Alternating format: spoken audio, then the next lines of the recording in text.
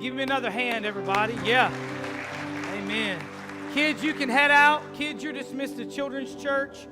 Parents, you can pick them up as soon as we're done this morning. Thank you, worship team, band, choir. Stephen is out today, so thank you so much for leading us with excellence in that today. If you've got your Bible, I want you to turn to the book of Ephesians, chapter 5. We're in the middle of a message series right now called Broken Escalators, trying to understand the true meaning of joy. And so over the last 4 weeks, we've been talking about this idea that there are escalators in life, if you will, that we believe will eventually lead us to joy and happiness. And so we've found research that says even when you get everything right in your life that you think matters, your job, how much money you make, where you live, who you're married to, who you're dating, where you live, the car you drive, the friends you keep, the influence you have. If you get all of those things perfect, research shows that still would only make up 10% of your personal happiness. 10%, which means there's a lot that's still out there that creates what really makes us happy, how we really find joy. And so what we've determined over the last 4 weeks is that many of us are riding the wrong escalator. We're on a broken escalator. We're allowing something to pour into our life thinking it will create lasting joy. And really that's not what's ever going to make us happy. And so what we determined was really the only true escalator that's working, the only thing that will really take you to true happiness and joy is Jesus, and a relationship with Jesus Christ. And so I want to talk today, if I can get more specific about joy, I want to talk to you about something that can keep you, if you don't have it, it'll keep you from finding really any daily joy. All right, and I think that's really what we're at and what we're after. And so, because here's what I believe. More than any other time in our history, we are busier than ever. Agree or disagree? All right. But I would also venture to say that probably more times than ever, right now in our culture, we have less purpose than ever. All right, so we're busier than we've ever been, but we don't know why. Now, that's a formula for crazy, everybody. Isn't it? I'm busier than I've ever been, but I can't tell you why. I just know, you just supposed to do a lot of stuff. That's what makes you, I don't know if it makes us feel like we're important. You know, everybody else is busy, so if we're not busy, that means we're losers. So let's just get busy. Doesn't matter why, let's just be busy, right? And so it feels out of place to not be doing something. And so, in all seriousness, it leads us to exhaustion. Many of us today, we're believers, we love God, we're on our way to heaven, and we're exhausted. I mean, we're just done, we're burnt out. And if I ask you about daily joy, you would say, daily joy, what is that? Now, no, I've got joy. Joy is when I get to heaven. Oh, no, right now, no, I'm miserable right now. Right? And so I want to talk to you about something that I believe is the centerpiece, if you will, to daily joy. You ready? Here it is, one word. Vision. I know, I built that up and you were like, come on, Pastor, really? Vision. Now, there's a very famous verse that we quote all the time from the Bible. It says, where there is no vision, the people will perish. One version says, cast off restraint. All right? Where there is no vision, the people will perish. So where there is busyness, but no vision, the people will eventually, I'm out, I'm done. They're going to just check out. Where there is no vision, the people will perish. So today I want to talk to you about understanding vision. Understanding God's vision. And so, before we do that, let me just walk you quickly, if I can, through visions that I believe probably at some point in this room, you're going to be on one of these different levels of vision. Let me give them to you. If you're taking notes, write these down. Number one, some of us are here, and that's simply no vision. I've got no personal vision for my life. Just no, I got no plan. I'm just rolling with it, right? I'm just no plan. I'm just here. I know I got things to do. I just don't know exactly what they are. Just no vision. Like Alabama's defense last night. No vision. I had to get y'all engaged in the message. I'm just here. Now, here's the struggle with no vision. You can hide it. How do you hide it? You just get busy. And people look at you and they see you busy and they go, well, there's some vision. But no vision will lead you to depression. Our society has not been more depressed ever than we are right now. There's just no vision. My life, there's just no vision. Number two, and that's simply low vision. All right, so here's what we do. We set our personal vision so low we know we can attain it. Right? Like I'm just trying to be average. I'm in survival mode, so just give me a target I can hit. I don't want to stretch myself. I don't want to need faith for this. I want a low vision that I can make happen on my own. I don't need God. Just give me something low. So when it happens, I can be happy, the family can be, and we just live with a low survival mode vision. Number three, and this is so dangerous, and that is a wrong vision. A wrong vision. That is this. That is first-class effort to a second-class cause. That's you getting after it. That's you. You're making it happen. The problem is you're making it happen with something that at the end of your life you're going to look back and go, I was making it happen in the wrong place. You know, that moment when you climb to the top of the ladder and you get off the building from the ladder and you realize, unfortunately, you've leaned your ladder against the wrong building. Many of us are there. Listen, you're working it, and you're working it well, and you're successful. The problem is that's really not the overall vision God has for your life. You're serving a wrong vision. Now, here's the problem with the wrong vision. That wrong vision will wear you out, and this is why. Because you'll never find joy in a wrong vision. The wrong vision will exhaust you. And so you got to be careful that even though you're pouring into something and even though you're successful, if it's the wrong vision, it will lead you to destruction. Number four, and that is a vague vision. That's you kind of know where you're going, but you don't really have all the day-to-day of how you're going to get there. Right? Wives, I just described your husband in a nutshell. You know what I'm saying? Just kind of, I kind of know, but I don't. Like this, I'm just winging it. Now, there's things in life where winging it's not that bad a deal, guys. You get the new barbecue grill home and you got to put it together, just wing it. Right? That's part of the fun. All right, but listen to me. Hey, our life's vision is not something you just wing it. You can't just wake up and go, I'm just going to wing it. I got a family of 5. I'm just going to wing it. That doesn't end well, right? And so that's what happens, though, when you have a vague vision. You say, well, Pastor, what do you mean by a vague vision? I mean where, okay, I know I'm supposed to love God. I know I should get my family in church. I should probably pay most of my bills and try to keep my kids out of jail. That's a vague vision. Nothing wrong with anything I just said. But how many people know there's not a lot of direct intentionality in what I just said? It's just very vague. And so we got to be careful not to get caught up in just a vague vision. Where we really need to land is the last one, number 5, and that's simply this, a God vision. A God vision. Now, this is where we want to be, and this is why. This is a vision, it's intentional, it's from God the Father. And why is it important that we get the God vision for our life? Here it is. You ready? Number 1, it will fulfill you. Now, the problem that we have right now is we're busier than ever, but we don't know why. Which means we're doing stuff every day that does not fulfill a longing within us. Right? So there's some times that you can be exhausted, but how many people know there's a such thing as a good exhaustion?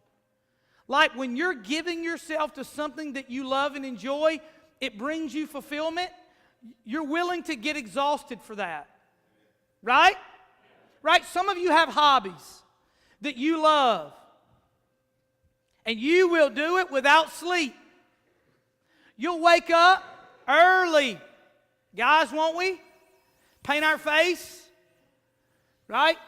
And we'll trek off into the woods because we love it. And we're exhausted, but it's not a, well, that was no fun, right? It's a good exhaustion, right? Right? We'll get on our motorcycle, Alan, won't we? And we'll just ride. And we'll ride till we can't feel our bottom half. And then we'll keep riding. And we're exhausted, but it's good exhaustion, right? We'll get on a field or on the court and we'll run, Cole, won't we? Until we can't run again. But we love, that's a good, because it scratches an itch. It fulfills our soul. Now listen, that's what a God vision does for your spiritual life. I'm not here to tell you that if you get a hold of God's vision that you won't be exhausted. But it's one of those that at the end of the race you'll be glad you're exhausted. Because you'll find fulfillment. There's joy in God's personal vision for your life. Now, what else? Why do we need it? It'll give you fulfillment. Number two, it will have eternal significance. God's vision for your life will matter in eternity. Pastor, how do I know if I have a God vision? Here's a quick test. Is what I'm giving my time, energy, and effort towards going to matter when this life is over?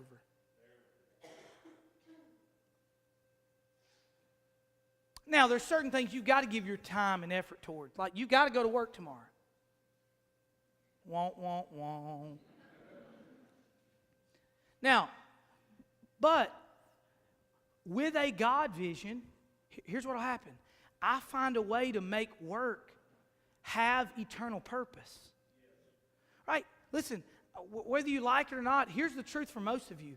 You spend the majority of your lifetime with the people you work with. Some of you are like, don't remind me. So here's the deal.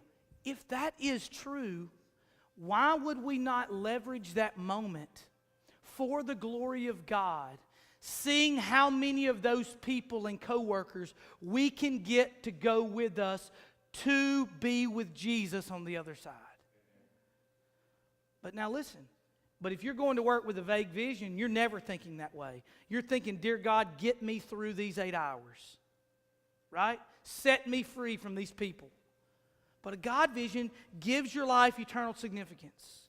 Now, this is why it's hard, and this is why very few people get God's vision. You ready? Number 3, and that's simply this. God's vision will always be bigger than you. There's a church word called faith.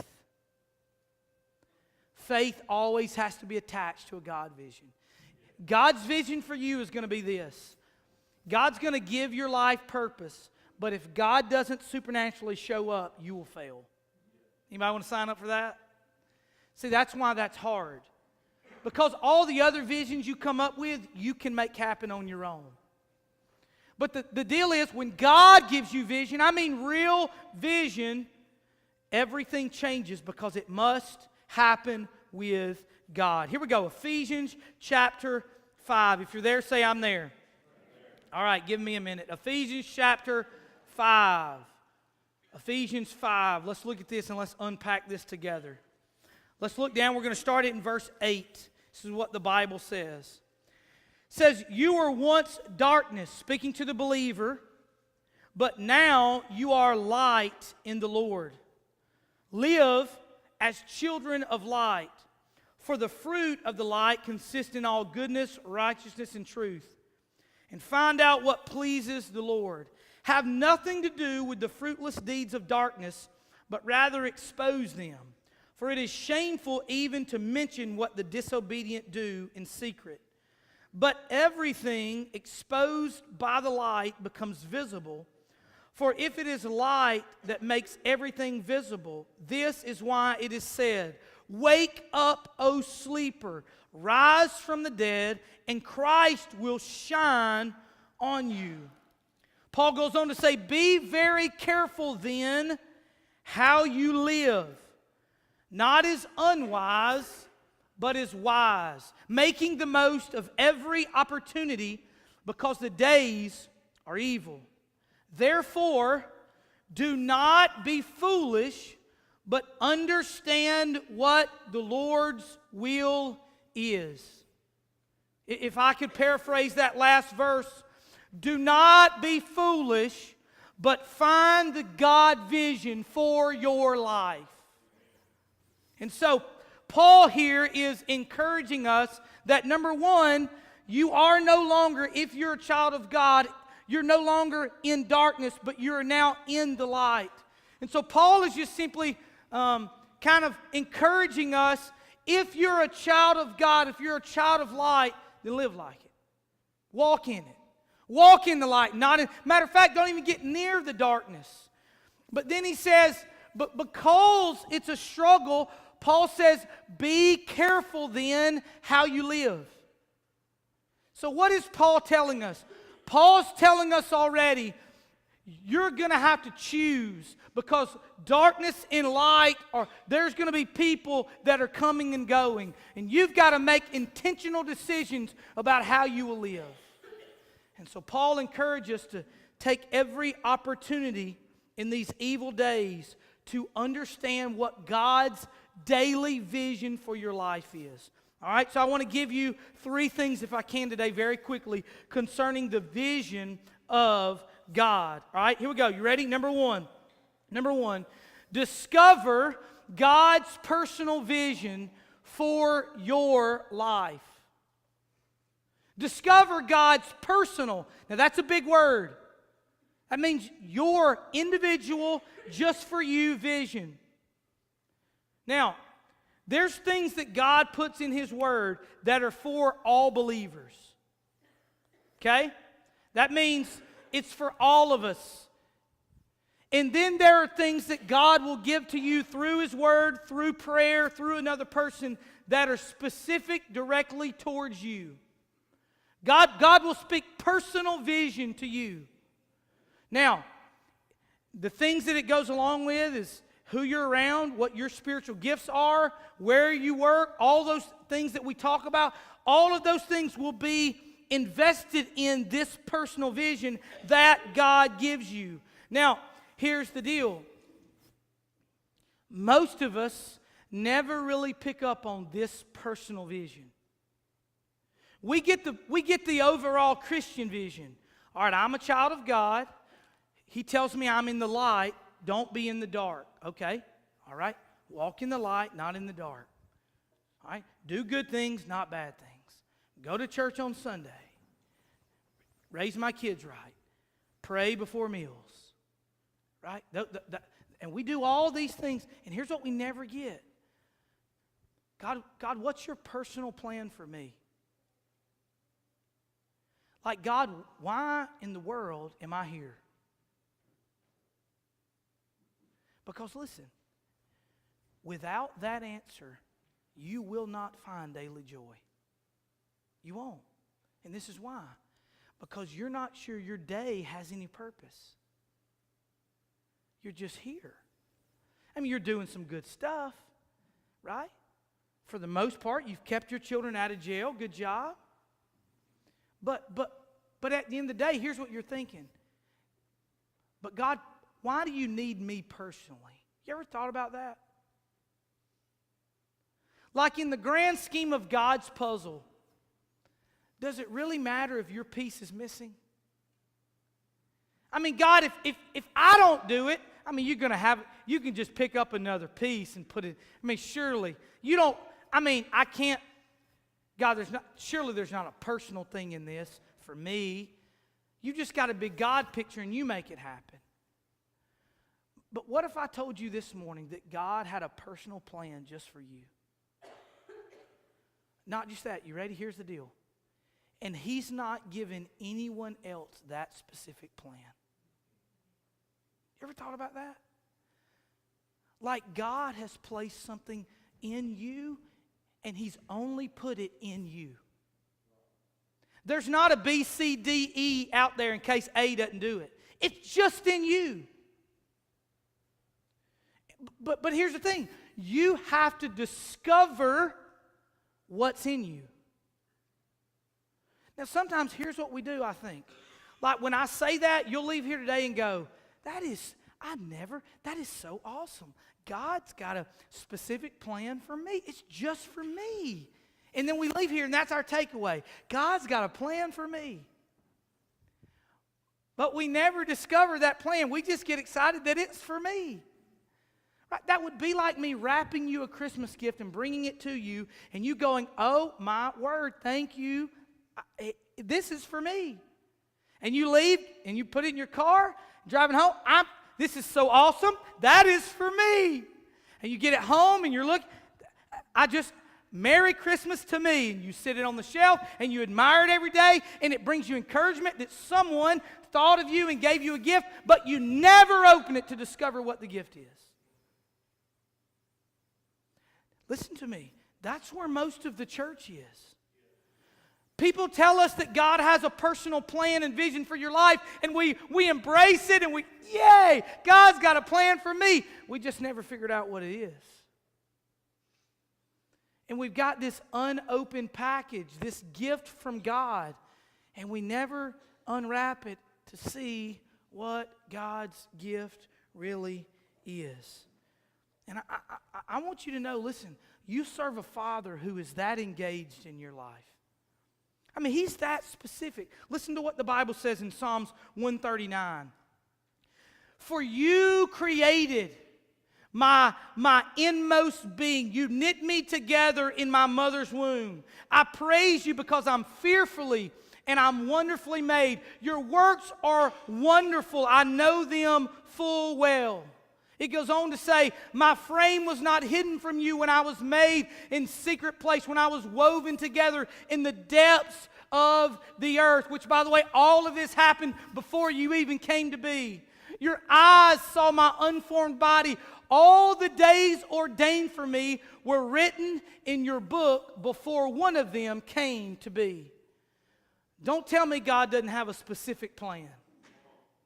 Right? I mean, He knows the very hairs on our head, which for some of us is easier than others. But He knows. He knows. God, listen, God doesn't have a vague vision for you. I just hope they live right, get to church often, have some kids, pray some No, God's got a specific vision for your life. And if you will grab a hold of it, listen to me, it will change every day that you live. But you know what vague vision does? It puts you on a broken escalator. And a vague vision will make you think, well, I'm living better than a lot of people. Surely this is going to get me somewhere. But it never leads you to joy. It leads you to exhaustion. So we've got to discover God's personal vision for our life. Now, I know what you're thinking. Pastor, I'm down with that. I want to discover that. But how about this? It's kind of hard to find. I can't always find God's will. Could He make it a little more like, out in the open? Well, a couple things. Number one, God's never trying to hide His will from you. Like He's not playing hide and go seek with you concerning His plan. Why would He do that? That would make no logical sense. Let me tell you why most of the time we can't find God's will for our life. You ready? Here it is. Pull your feet back. Because we always think that God's will for our lives is always about us. Most of the time we miss God's will because, listen to me, you ready? Here it is. God's personal vision for your life will always include other people. Always. That's why we miss it sometimes. And so there's moments in your life where you'll stumble upon it, you'll walk into it through reading the Word, through being in the presence of God, and you'll realize, hey, God is specifically calling me to this right? I think about Heather and Kevin Foshee. So Thursday they're having their big home study, and so they're going to be cleaning all week. People are going to be coming in to look at their home because they've decided with their family that God's part of His specific vision for their family right now of 4 is to be foster parents. All right, let me pull back the curtain. I think that's crazy. Are you hearing what I'm saying? I got 3 right now. The thought, the thought of one more, anything. Fish, dog, rabbit. Right? So at first glance, I go, y'all need to pray about this. But then here's what I realize. They've caught God's specific vision for their family. You see the way that works? And so look, that ain't got to make sense to me. They're following the call of God. They see that there's children without parents and there's people that are in need. And they say, this is what God's called us to, so we will walk in this vision. Now notice, what does it include? It includes more of their time, more of their effort, a whole lot more of their money, right? Now, when we think God's vision for my life, we think, God, how are you going to make my life good for me? So it's not that God's hiding His vision, it's that we're looking for the wrong vision.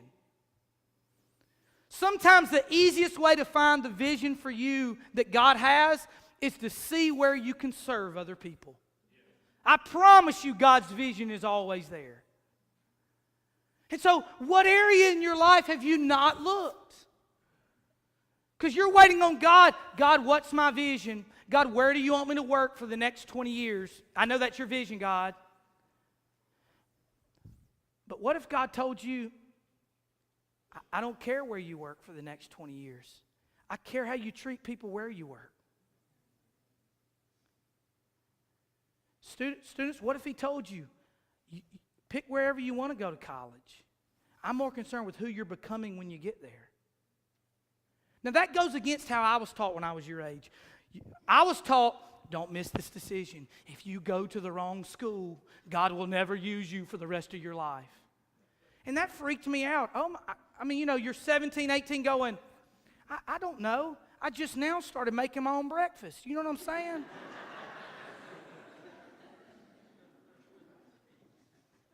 And then someone finally sat me down and said, Alan, I don't think the be-all, end-all of your life is where you go to school. Because if you get to school there and you start living out of the will of God, does it matter that you pick the right school? And so listen, can I just encourage all of us, whether we're picking a school, picking a job, building a family, stepping out in faith, God's personal vision for your life will always include serving someone else. All right? Now, here's the key. So open the gift and figure out what it is. Find God's vision for your life. Number two. You ready? Here we go. Focus on your daily agenda. Now, I just want to tell you, a lot of what I'm about to tell you came from a man named John Maxwell. Some of you know him. He's a leadership guru. He wrote a book called Today Matters. And the whole idea about this book, and he's talking about how to truly understand how to live for the Lord on a daily basis.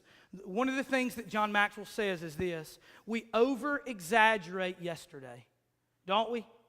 Positive and negative, right? Your pain from yesterdays of your life, we exaggerate how painful it was. The great glory days of your past, we over-exaggerate those as well, right?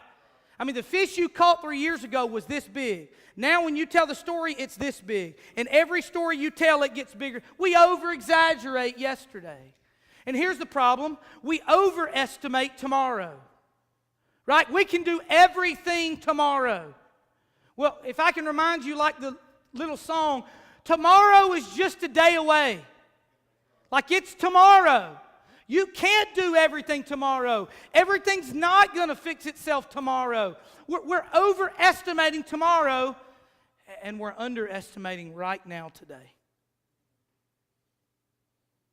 Because I'm telling you right now, every person in this auditorium, most of us are doing one of two things.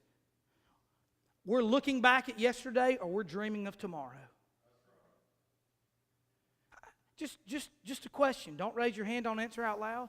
How many of us woke up today and said, God, what are you doing in my life today? I mean, think about it. Think about the way we close the service in church. We have this moment. We call it an invitation, whatever, however you grew up. It's a time where the preacher's done preaching and they come up and sing another song, and it's this moment where we can pray and just kind of take spiritual inventory of our life. What do we spend most of our time doing during that time? We spend it thinking about what we've done, right? And then, I've got time to fix that. I'll get that, right? It's always yesterday or tomorrow. It's rarely today. Rarely do we just go, it's all about right now, today. Because listen, this is why. Because as long as we don't talk about today, we don't have to own the personal responsibility of today. Right? Because what happened in the past, I can blame on somebody else. And then I can talk about what's going to happen good in the future and claim ownership of it because it really hadn't happened yet. But I don't want to talk about today because today's all about me. And so part of us, listen, we lose vision because we don't focus on today, on our daily agenda. Psalms 90 says, teach us to number our days and recognize how few they are. Help us to spend those days as we should. John Maxwell says that's why today matters. Today matters. Focus on what you're doing day to day. Because listen, no matter how you slice it, where you are right now today is the product of your daily agenda. It is. No matter wherever you are in any part of your life, right? So look at it. Hey, if you're still married in the house today, you're still married because every day you've chosen to stay married. Some of you are like, oh, Pastor, you don't know how close we've been. But you're married, all right? You're still there. But it's because every day you've chosen to stay there. Financially. Oh, Lord, here we go. You're where you are today based on your daily decisions with your money. Some of you look back right now and go, why did we buy that? That seemed like such a good decision. What were we smoking when we bought it? Right? But the truth is, you're where you are. No, Pastor, what it is if I could get this job and no. You're where you are financially because of your daily agenda. Physically, we're where we are because of our daily agenda. I mean, I know it's not right. Stephanie reminds me every day, right? That what good does it do to go work out and come home and fix a large glass of Mountain Dew and just drink calories all day? Hey, I got it, and thank you. She is the Holy Spirit in my life concerning Mountain Dew. But today, hear me out, just being straight up honest. I'll go to the gym tomorrow and work my tail off, but I will get Mountain Dew at lunch today. And so listen, so that is simply a product of my daily decisions. But it would be like me walking to the gym. Nick, I don't know if you know this, is like this personal trainer guy. And it would be like me going to Nick and saying, Nick, something's wrong with these machines in here. I don't know that this bar actually weighs 45 pounds because it's not transforming my body like it is that guy. And then Nick looking at me saying, well, talk me through what you're eating. Well, I ate fried chicken on Monday, fried fish on Tuesday, barbecue on Wednesday, Thursday, and Friday. You know what I mean? And then Nick will go, hey, well, look, it's really got nothing to do with here. You're a product of your daily agenda. But we live in this culture where nothing is ever our own fault. Right? It's somebody else's fault. And so listen, we got to get control of our daily agenda in every area of our life. Listen, that's where it's getting away from us. Some of us, listen, We know God's vision for our life, but because of how we're living, we can't implement it in the day-to-day. And so look, let me give us, some of you, this is just for free today. You can take it or leave it. You can throw it out with the trash if you want to. I think this would help some of us, though. So write this down, okay? Let me give you 3 things that I think that can help our daily agenda real quick. Number 1, your vision needs to be written down. Some of you need to go home and write down some things that need to happen in your life. I mean, you need to put them on paper. If it's family-oriented, relationship-oriented, you need to sit down with your spouse, call your family in. You need to write it down, put it on paper. Say, Pastor, does that make it more powerful? No, I just think sometimes that we write down. So when we write things down, I think it creates value.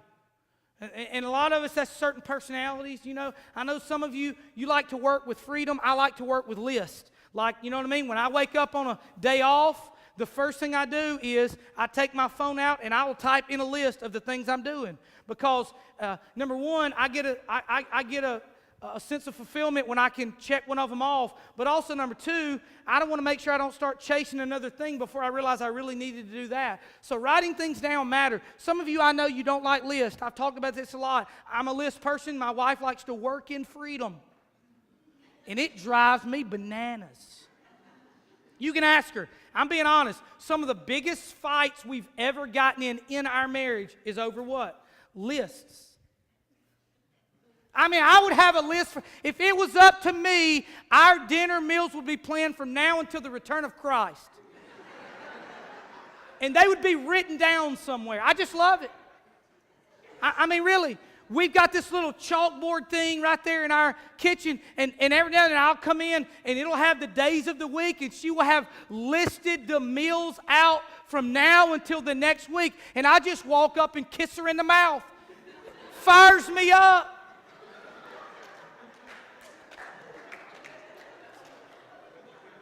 Getting to know your pastor. Ain't nobody else anywhere preaching that.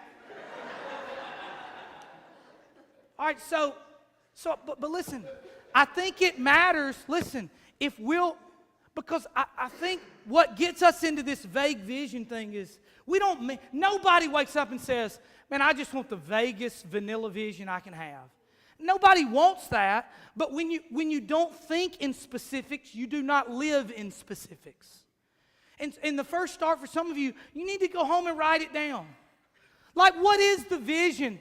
Can I ask you, if you're here and you've got young children, what's the vision for your family? Well, I mean, you know what you're going to land on? Vagueness. Well, let's go to church and love God. But I mean, what's the specific vision? Like, what are the biblical principles you want to make sure that your kids are growing in and knowing? I'm telling you, that's hard. But the start of that is write it down. Write it down. If God's speaking to you, I don't care how young or old you are in this room. If God speaks to you, write it down. Give it some value in your life. Number 2, not only must it be written, it must be specific. Write down a specific vision. Number 3, your vision must stretch your faith. Look, if all you're doing is writing down stuff, don't write down personal to-do lists. It's got to go far. I mean, when we're talking about your life, it's got to be something that stretches you. That's what we've got to do. So can I just ask us to this week? I want us all to look within our daily agenda. I mean, what we're doing every day, and ask ourselves, is this getting me to what God wants for me? And finally, number 3. Number 3 is this: close the gap between intentions and actions. All right, this is where it gets real. How many people will agree with me, you've left this room before with great intentions? Right? I mean, I'm going to walk with the Lord, and I'm going to do this, this, and this. And it never happens. And not just in our spiritual journey, in all parts of our life. We have good intentions. But we've got to figure out how do we close the gap between wanting something and actually doing something. You ready? Here it is. One word, write it down. We all hate it. Accountability.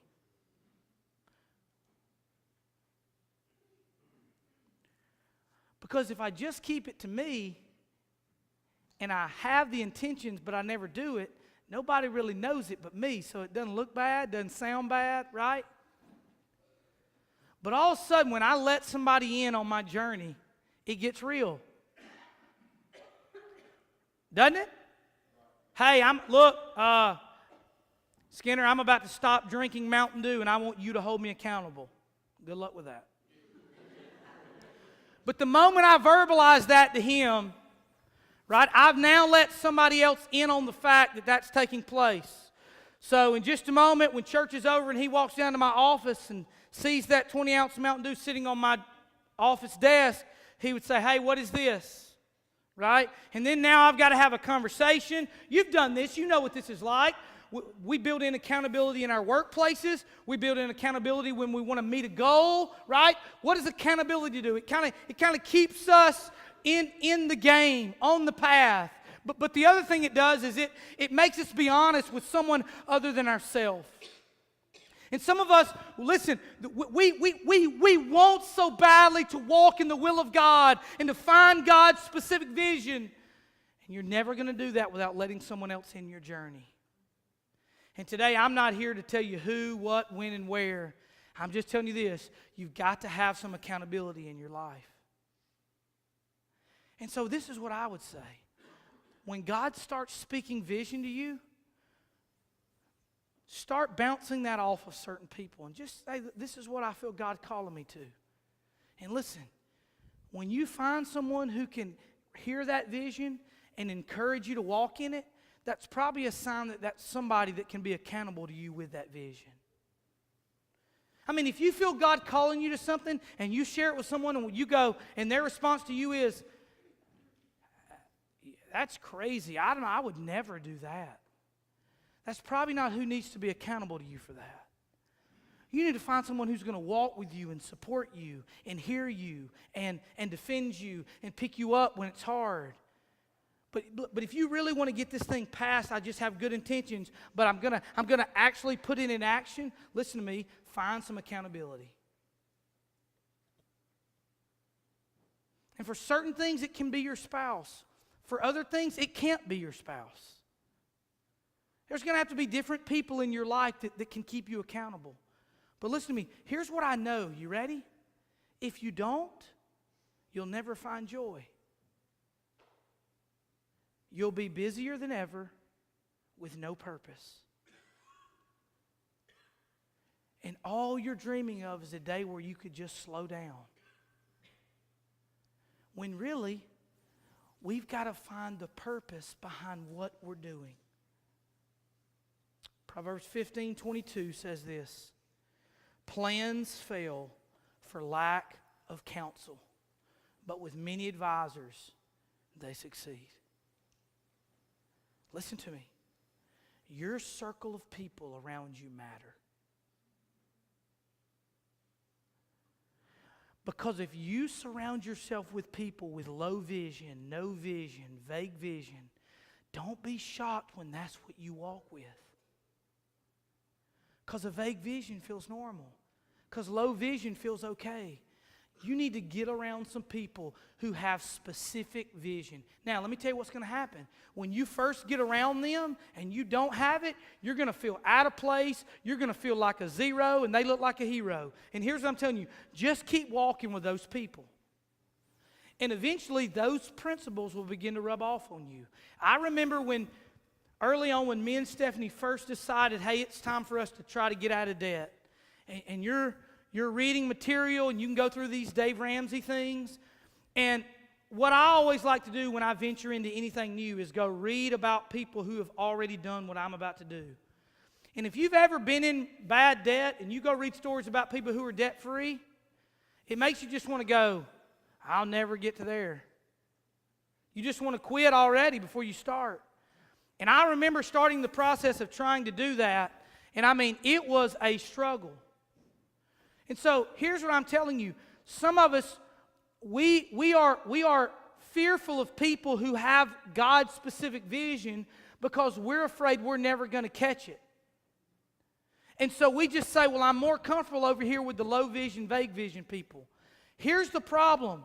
Everybody over here is miserable. Everybody over here is exhausted. We just don't want to talk about it because it feels so normal. Right? You're crazy, I'm crazy, but as long as we'll both stay crazy together, it'll be the cool thing to do. Let's just be crazy. Which makes no logical sense in life.